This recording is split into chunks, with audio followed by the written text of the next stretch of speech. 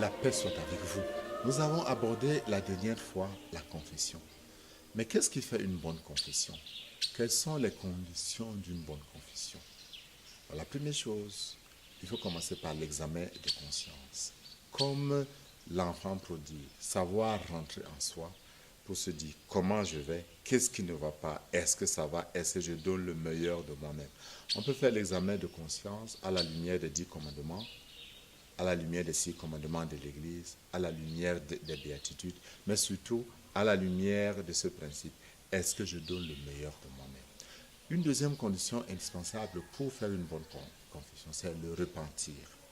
Reconnaître sa faute personnelle suscite le désir de s'améliorer. Nous n'y parvenons pas par crainte, ni par la peur de l'enfer. Ça, c'est une contrition imparfaite.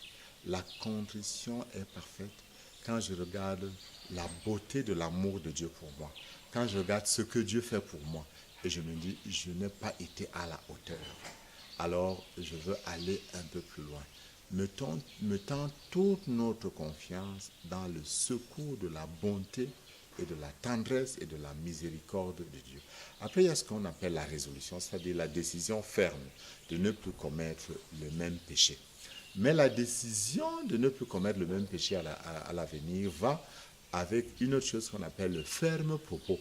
C'est-à-dire, je prends le ferme propos, non seulement de ne pas commettre le péché à l'avenir, mais d'éviter les occasions qui me conduisent au péché. Par exemple, si en sortant avec un ami, je pars en boîte de nuit, et là-bas en boîte, je suis obligé de prendre plus d'un verre ou bien de me droguer, alors j'éviterai de sortir avec cet ami parce qu'il me conduit au péché. Une autre chose très importante pour le pardon des péchés, c'est l'aveu, c'est-à-dire faire comme l'enfant prodigue. Père, j'ai péché contre le ciel et contre la terre. Voici ce que j'ai fait. Notre monde moderne a horreur de l'aveu, de la confession. Mais parler libère, parler à quelqu'un, pas en soi. Parler à quelqu'un qui représente Jésus-Christ, qui représente l'Église. S'ouvrir librement à cette personne, et je le redis, avec une dose de honte, et c'est normal. La honte est une grâce que Dieu nous donne, qui nous permet de nous rendre compte que nous restons sensibles à ce qui n'est pas bien. Et la dernière chose pour faire une bonne confession, c'est la pénitence, ou mieux, la réparation. Il ne s'agit pas seulement d'aller sarcler comme on le faisait, mais aussi et surtout de réparer le mal qu'on a fait.